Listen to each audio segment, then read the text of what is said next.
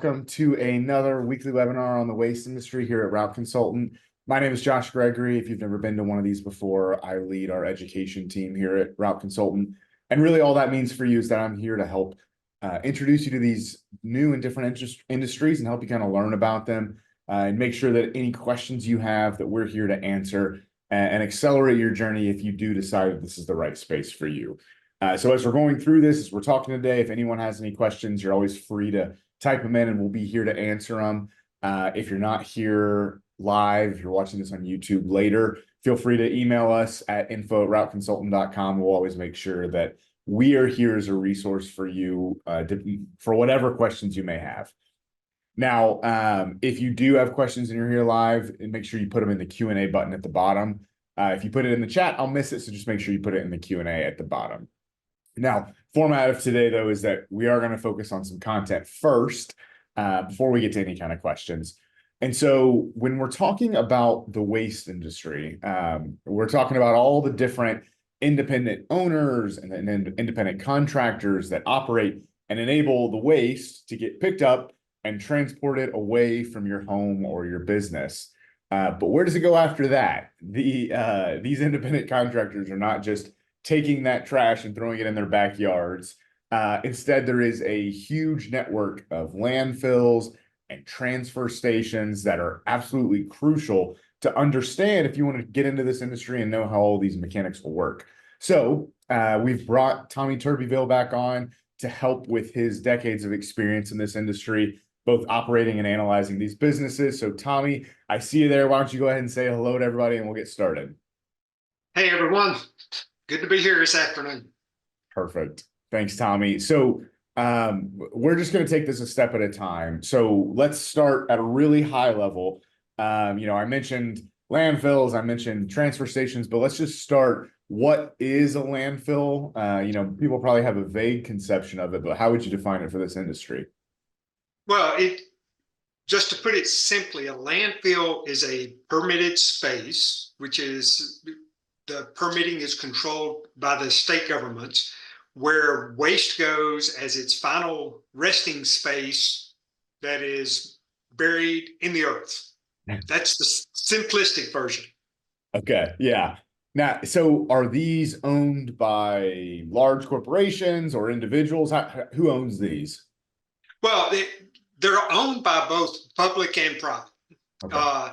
I would say that number-wise, it's probably about 50-50 public versus privately owned. But I would tell you that the volume or the space available is probably 80+% now in the private sector instead of the public sector.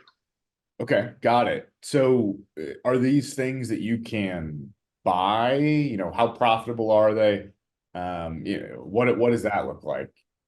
Yeah, so landfills, there are individuals, there are companies, that actually own landfills. And yes, you can buy those that are existing. In a lot of cases, the other opportunity from a purchase standpoint may be one that's been permitted, but it's never taken the first, bit of waste in it as well, that people get to that point. And then are they profitable? Absolutely. I mean, they are very profitable. I will say that, the key to that is you got to have the volume because of the expense to build and start one up. But yeah, they are very profitable. Now, you said, there may be some that are sitting there and haven't been started yet, but they've been permitted. So what does that process look like in terms of getting a landfill set up and permitted? Yeah, I would tell you that getting a landfill permitted is not easy. It's quite a challenge. As you can imagine, it is very political. Mm-hmm. And so, the NIMBY, not in my backyard syndrome is very real in the landfill space. But not only that, just to get to that point, you have to have geologists involved, you have to have engineers involved, because it's not just that you find a large parcel of land, but it's one that, has the transportation network to get into it, but then the type of land, the type of soil, what you have to put into it related to natural liners, synthetic liners, those types of things. So there is a lot of work, and it's a several year process to go through getting one permitted. So if somebody, why would it be that if somebody went through those several years of getting it permitted, that they never actually got it up and running? Like, if that's the hard part and somebody got it to that starting line, why would it be that it's sitting there?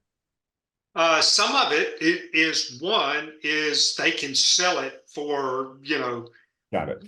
huge multiples of what they've got. But the reality is a lot of people, because it is so expensive, they run out of money. So they don't have the money to actually construct the cells to even start doing it. So there's some of both. Okay. Now, are all landfills the same, or are there different types to be aware of?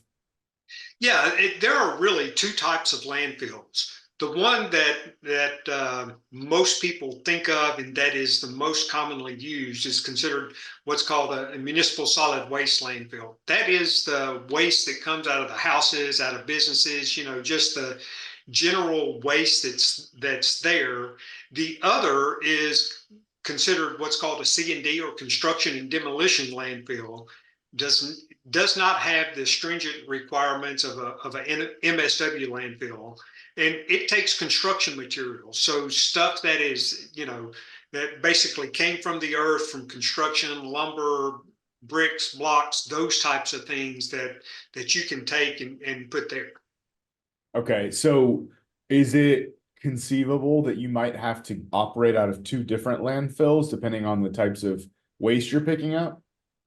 Yeah, I mean, it could be. So I would tell you that if you were in the residential business or if you're in the commercial business, all of that's going to go to a municipal solid waste landfill because that's where it's required to go.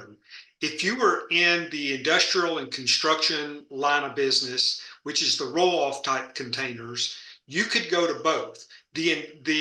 The ones that are at the manufacturing facilities, industrial sites are going to go to the municipal solid waste, but it's possible to go to the C&D landfill for construction material.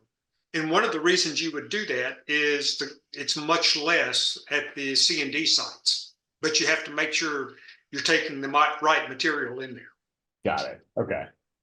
Okay, so we'll come back to landfills in just a second, but the other thing I mentioned that's a part of this whole network is a transfer station. So can you define what those are for everybody? Yeah, transfer stations are locations where the waste trucks will go and dump. People will bring waste. It is dumped and put into large trailers. Some of those are compacted again, that then taken to the landfill. The waste that goes to a transfer station eventually ends up at a landfill or an incinerator. Most of them are landfills, but it can be as simple as a concrete floor that people push off into, to having compaction systems that go in, but then they go into a big trailer pulled by a tractor that goes to a landfill. Got it. So, like you mentioned, landfills take up a lot of space. So I'd imagine it's not like they're on every corner. So transfer stations are kind of a way to consolidate waste in an area and then transport it all to a landfill. Yeah, and so I mean that could be, those could be for a couple of reasons. One is a more rural county, they may not be able to justify a landfill. Mhm. Or nobody, even one of the big companies don't want to put one there because there's just not the volume. Because you have to, one of the terms in the waste industry when it comes to landfills, you got to feed the beast, because that's, and so if there's not the volume, so in those cases, you may find a county government that has a place for the residents to come, put their waste, so they're not having to go, two counties over to a landfill to get rid of their waste. And many states require each county to have something of that sort for their residents anyway. Got it. So are these transfer stations, are they owned by the landfill owners or are they independents? How does that work? Yeah, it just like the landfills, some can be publicly owned, some are privately owned. And so in that regard, most of the publicly owned are more of a requirement because Yep. they need something for their residents and there's not a landfill in that county. But from the private side, I mean, it could be an individual that just is making the decision to do that, but it could also be, the landfill owners, getting these permitted in various places in surrounding counties, again, to get the volume into their landfill. So that's a way for them to make sure they've got the volume so the landfill can be extremely profitable. Yeah. Okay. So is it, I would assume it's a lot easier to get a transfer station set up than a landfill. Very, much easier. There's still permitting processes and things you have to be aware of, but yeah, very much less complicated for a transfer station. Got it. Okay. So that's kind of the hub and spoke network way to think about how the trash ends up in the landfills. But the other kind of side of this to be thinking about if you're an actual contractor is not just where to take it, but what are they going to charge you? So what dictates what those charges are, that the transfer station charges, what the landfill charges to use their services? Yeah, I mean, whoever owns it pretty much determines what that rate is. I mean, it's a published rate. And in many cases, again, I said landfills are very political. In many cases, that's part of the agreement with the county where it's going to be located, that the rates will not exceed this amount, or they have to go to them to get the rates. And so it's and sometimes it could be that particular county if the waste comes from residents in that county. Again, most of the time this would be the case only in residents, that they don't have to pay anything.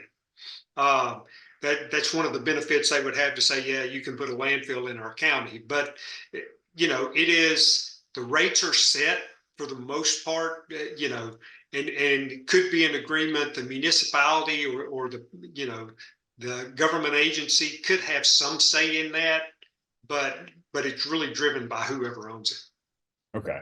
So do they charge based on, volume, weight? Like what's typically the unit of charge there?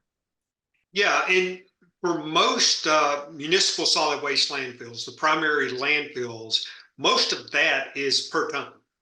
It is, $35 per ton, $40 per ton. And so the vehicle is weighed going in, it empties, it's weighed going out, Okay. and that's your cost. On the C&D sites, they tend to be more by volume. Um, and again, part of that is because they don't have to invest in the scales and the systems to do that. You know, uh, Truck comes in, you have a 30-yard container, and that's what you're going to pay for 30 yards, whether it's half full or not. It is the capacity that you bring in there. Got it. So it's just a little bit looser there on the C&D sites. Do the prices change during the year? Like, are there regular price increases that you should expect out of these? Well, there are price increases are not uncommon. Yeah. It could be every 1 to 2 years, but there's always notification. There's signs up, and if you are a customer of one of these sites, typically you're going to be notified. Okay. Got it. And how efficient are we talking on these landfills? Like, how much time do you need to plan for your drop off? Is it you just drive in, drive out, or is it sometimes you get there and there's a line of 30 trucks and you have to be there for 3 hours? Like what type of time commitment do you need to think through around this part of the industry? Yeah, I would say for most landfills, some of it depends on volumes. I mean, again, roadways, things of that sort. But I mean, you're probably looking at 20 to 30 minutes for the most part, in and out. Transfer stations could be a different story because there's limited dump space, dump floor space. And so, I mean, you get there at the right time, you could be, have a line of trucks because they can only dump 3 or 4 at a time, where most landfills, you know, they're dumping a lot, although there's a specific place, but they're dumping a lot. Okay. Now, transfer stations versus landfills, do you find like are transfer stations generally going to be a more expensive option than a landfill? Yeah, they're going to be more expensive. Again, they still have to pay the landfill dumping fees. So in addition to the landfill dumping fees, they have, the cost of the construction of the different facility, the equipment to load it, the labor, the transportation to get it to the landfill. So they're definitely going to be more expensive than going to the landfill. Got it. Okay. Yeah, that makes sense. That maybe there's some approximate pricing if the landfill owns both the landfill and the transfer station, but even still, there's still costs associated with them transporting that volume to the landfill. Now, you're a fresh contractor. Let's say you've got a new business that you've set up with local businesses or local homes, and you're trying to figure out how to dispose of this trash at a landfill. How easy is it to set up that relationship with the landfill?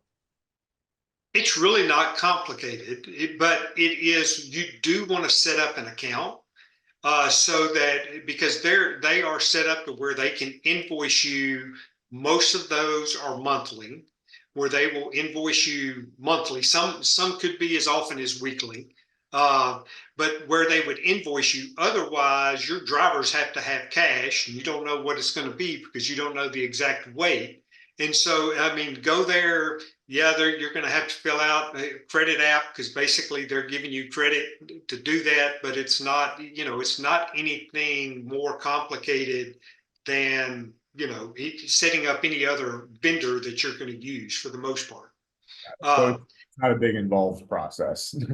yeah, I'll throw this out. One of the things you may have to have before you go there is a solid waste permit for your vehicles.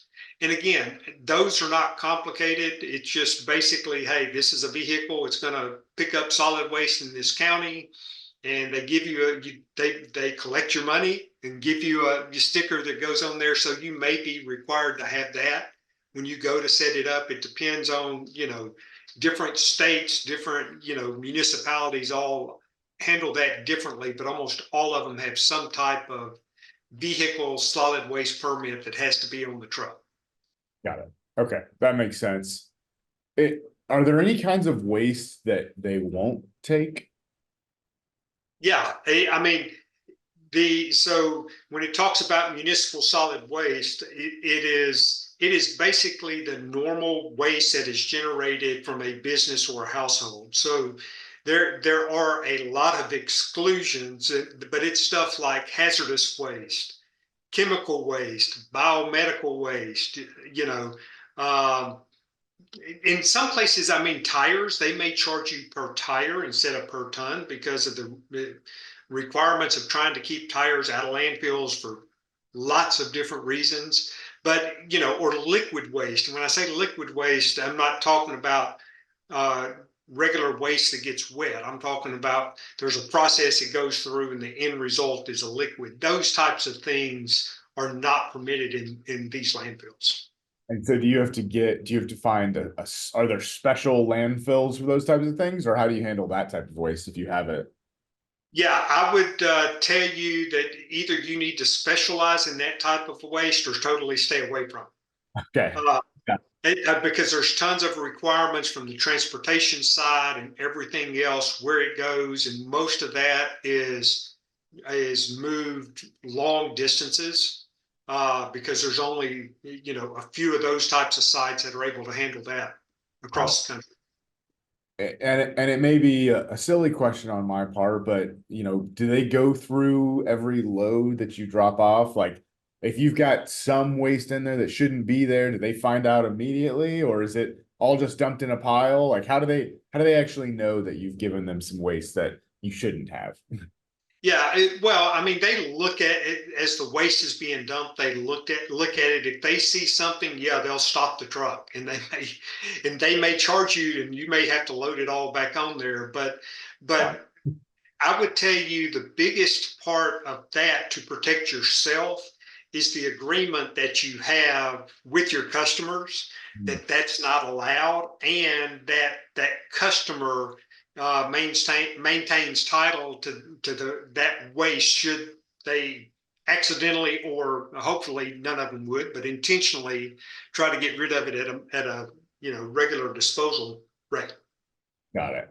Okay. Yeah, hopefully that's not something anybody will run into. Now, there's the transfer stations, there's landfills. Are there ever any other options for ways to dispose of waste? Like, does anybody handle it on their own in any way, or is it basically you got to have a landfill or you use a transfer station to get to the landfill? Yeah, it's one of those two.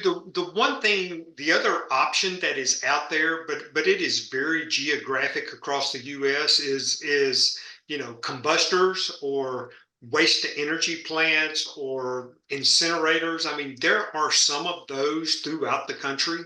Um, you'll find, Florida is one that is a state that has quite a few just because of the low water tables and the issue with landfills there. And so, so they have those, but those are predominantly government owned. They are public sector owned, and some again generate electricity for a city. Those are some that you may find more close to a metropolitan area than you would a landfill. Got it. Okay. Now, just thinking through the logistics of this too, are landfills open, every day of the week? Are they closed on weekends? Are they closed on holidays? What do you typically see there? Yeah, landfills have operating hours. They're not open 24/7. The majority of them are open Monday through Saturday. There could be some that have some windows on Sunday that are open, but most of them are Monday through Saturday. They have a start time, they have a stop time. I mean, it's one of those things I tell folks. It's like trying to go through the drive-through window at a bank. 1 minute after they say they're closed, you're not going to get in. I mean, they're they're going to close the gate, Yeah. and Yeah. if you get in before they close the gate, you're okay. But I mean, they have operating hours just like anything else, and most of them are closed on holidays. Definitely the six primary holidays, the big six as far as holidays, but you'll have others that will have other days that they're closed. So it's important for you to understand their operating hours, their holiday schedule, so you can plan your routes accordingly. Got it. Yeah. That's definitely going to be an important consideration. Like you said, especially if you're at a transfer station where there's a chance that the hours or the time it takes to actually dispose of the load is even higher. So just make sure that that's a critical part of your scheduling every day. Is it possible for a landfill to fill up? Or do you ever see them close permanently? And what's kind of the solution there in those scenarios? Yeah, yeah. I mean, they do, because all of them in their permitting, they have what's considered the airspace. So, what is the airspace that they can fill up? And once they have met that, they're done.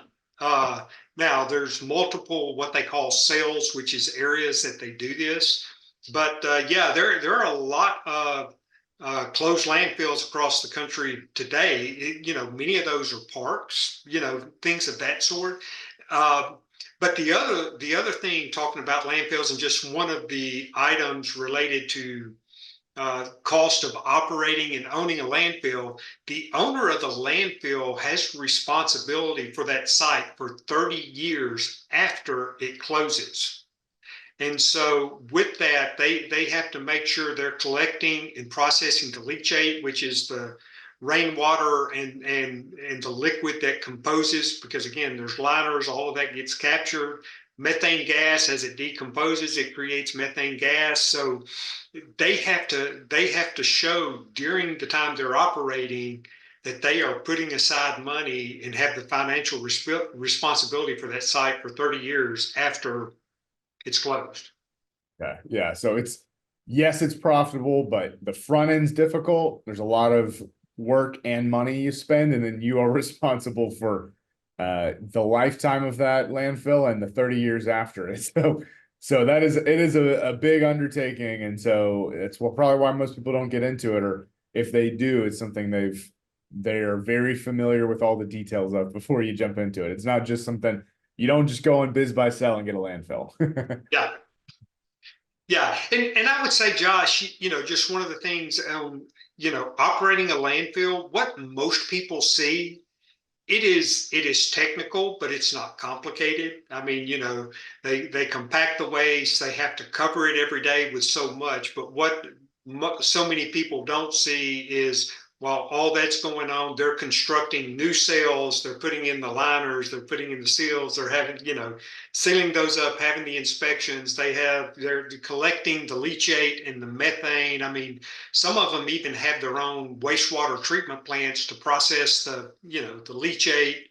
Some of them have incinerators to create energy from the methane. So those are the types of things that most people don't see, and even some haulers, when they go in, they've got a place to put their waste, they do it and go on, and what they see, again, technical, but not complicated. Okay, perfect. So, I think that's really what I wanted to cover today is one, make sure everyone understands kind of what landfills are and transfer stations are, because no matter what in the waste industry, you're going to be dealing with them. You're going to be interacting with them. And it's important to understand the logistics of how you get the trash there and what you'll have to pay for that. And I think it's also always interesting to understand the business model of the landfill on the back end. Maybe it's something you look at in the future, but it also just helps you understand how this whole industry works and how to make the right decisions around using and utilizing those resources. So thank you, Tommy. That's what I wanted to make sure to cover. The thing I always want to remind people who are on these, one, we do these webinars every week. We've got them logged for weeks and months previously on YouTube. So if you're looking for more content, we've got plenty for you. We've also got one-on-ones on our website, free one-on-ones you can sign up for in courses. But as you decide, or if you either become interested in some of the listings that we have on the waste side, or you're just trying to start something up for yourself, if you reach out to us, we can help answer all of your questions, help you build that roadmap. And also there's ways you can work with Tommy directly from a mentorship standpoint to really get your feet off, get you running, get you accelerated into the space. So if you have questions about that in any respect, again, reach out to us at info@routeconsultant.com. We're always happy to help, or we'll be here on the webinar next week. So Tommy, thank you so much for being here and sharing your expertise. Thanks. For everybody, thank you for joining today, and we'll see you all next week. Thanks.